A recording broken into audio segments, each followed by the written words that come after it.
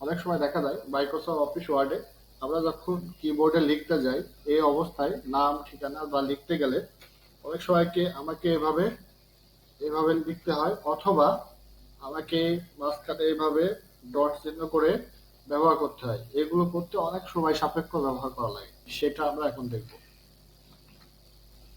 প্রথমে আমরা পুরা লেখাটাকে যতটুকু আমরা করব এতটুকুটাকে আমি সিলেকশন করে ডান বাটন ক্লিক করে এরপর হচ্ছে আমরা যাব প্যারাগ্রাফ। প্যারাগ্রাফ থেকে আমরা নিচে যে লিখবো ট্যাব। ট্যাব থেকে এখানে আমি লিখবো যে টোটাল স্টপ পজিশন হবে 6। তারপরে হচ্ছে আমি কি করব, উপরে ডট ডট দিব না মাঝখানে ডট ডট দিব বা নিচে হবে। যদি উপরে ডট ডট দাও তাহলে থ্রির পর ক্লিক করবা, মাঝখানে হলে 2 লিখবা, আর নিচের দিকে যদি হয় এইটা এটা ডট ডট দিলাম, না নিচে দিই। নিচে দেওয়ার পরে এবার হচ্ছে আমি সরাসরি ওকে করে দিব। আর কোনো কথা না।